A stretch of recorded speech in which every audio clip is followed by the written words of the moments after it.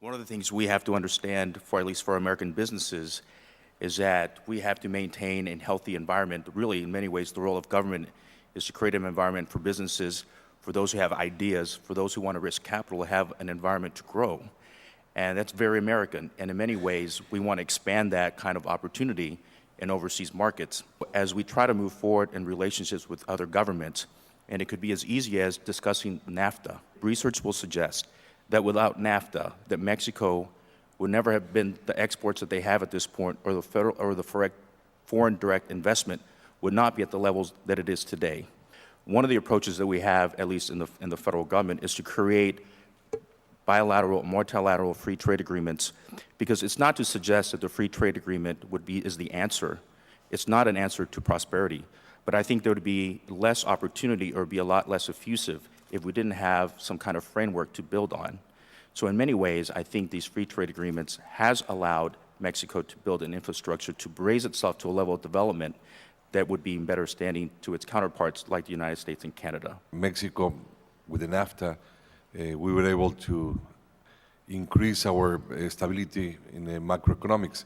But also, I believe that the exportation of hand labor that Mexico has been doing to the U.S., which it's called illegal immigrants, at the same time, it's because they need it. Otherwise, you know, the tomato is going to be more expensive than the gas in this country, and the food is going to be, you know, sometimes not easy to acquire because of the prices if you go on that path. But the U.S. is a country that attracts more scientists and technicians around the world. The last year, they attracted 400,000 immigrants that they were brought to schools and investigation centers around the country. And of course, they you know, it's a good policy to bring very capable people, but those people are not in the concern of the immigration. So I believe the NAFTA increase the macroeconomics of Mexico, but at the same time help the U.S. to increase the hand labor, the cheap hand labor. We're a market for the U.S., and Mexico is the main market for the U.S. The more money that we get, the more consumers they get. So it's just a circle, you know, a positive circle. And if we try to make it work with values and economics, I think legalizing the system would be a lot cheaper than trying to stop it. My experience with the people that we know here that are illegal immigrants, their dream is not to stay in the U.S., most of them. They are trapped after some years. I have seen people here that have been 20 years illegal in this country. They can't go back anymore.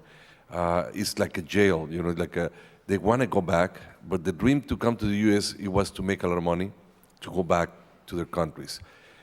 When they don't make it, they have to stay. They're part of the backdrop to the debate in this country. Why is there so much intensity on the immigration debate in the United States right now when we weren't even talking about this a year ago, and circumstances, frankly, haven't even really changed all that much? Part of the reason is because what's happening here in the U.S., I think, mirrors what's happening in Europe and in Latin America, that globalization is beginning to play out in a different way than it did in the 1990s. There is growing question, I think, among people about whether or not globalization is really working for them, regardless of whether or not it's working for capital and corporations. And here in the United States, I think what's happening as a backdrop is, despite tremendous growth in GDP, the market has done very well, productivity is up, we've seen, you know, in many ways, macroeconomic trends are very positive. At the same time, median income in the United States has dropped for 5 consecutive years. You've had job growth at half the rate of the normal recovery in any modern recovery in the United States. Poverty is up. The number of uninsured have risen. Personal bankruptcies are at an all-time high. You've seen healthcare costs double for the average American family. Energy costs, as many of us know, have skyrocketed, and also college education costs have gone up. And so part of the backdrop of the immigration debate is that we do not have broad-based prosperity in the United States right now. Not all people are benefiting from the economic recovery of recent years. And I think there's going to be much more resistance in the United States to this notion of us letting lots of folks in to benefit in the economy in the way that we perhaps at the end of the 90s, when there was much more broad-based prosperity. I think this is a factor that's playing out throughout the world right now, is that people themselves are beginning to lose faith in the rapidity and velocity of globalization, even though companies are doing very well.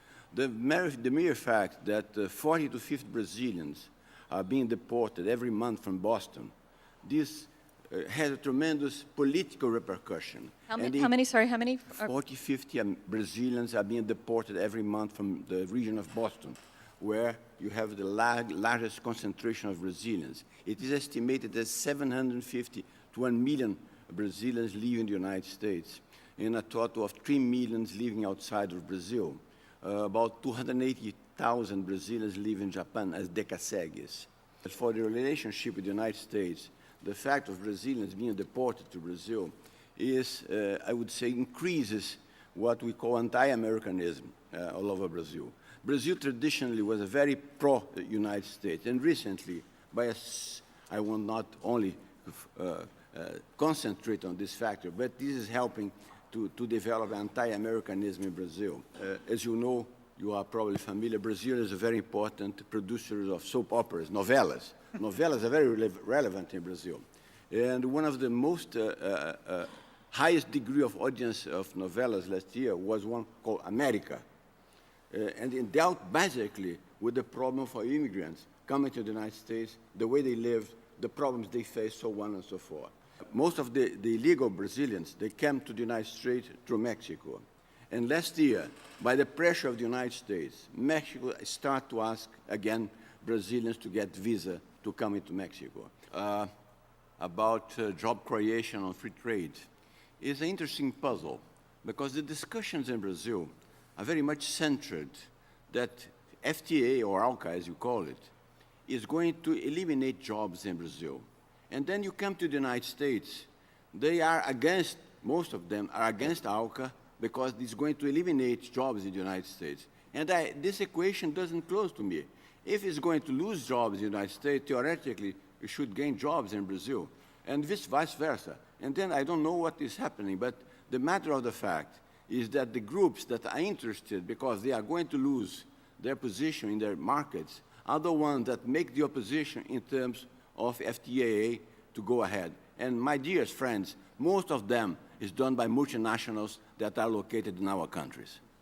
I think the challenge that we all face is that it's going to be critical for us, for those of us who care about doing the right thing here and really solving the problem, to challenge the Republican Party, who are in charge, to do the right thing and not play politics.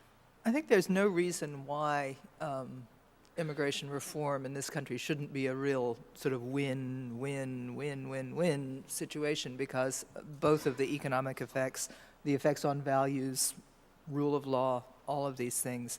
And what stands between that multiple win legislation and the sort of realization of it is it's not partisan politics, in my opinion, purely. It is demagoguery, and it's almost in an almost pure state, despite the fact that there are losers from immigration, and it's important not to ignore that too. I think the voices that are speaking against immigration reform now are not addressing those issues either.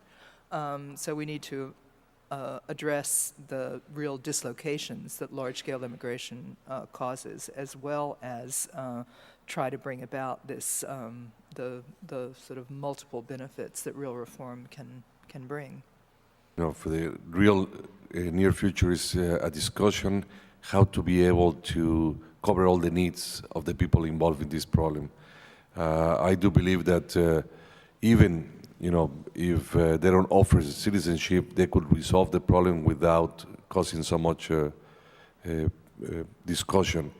And sit down, you know, the House of Congress and everybody involved, and think of the needs of the people. Think of the people and the repercussion of all the decisions they're going to take on the people in this country and all the countries involved.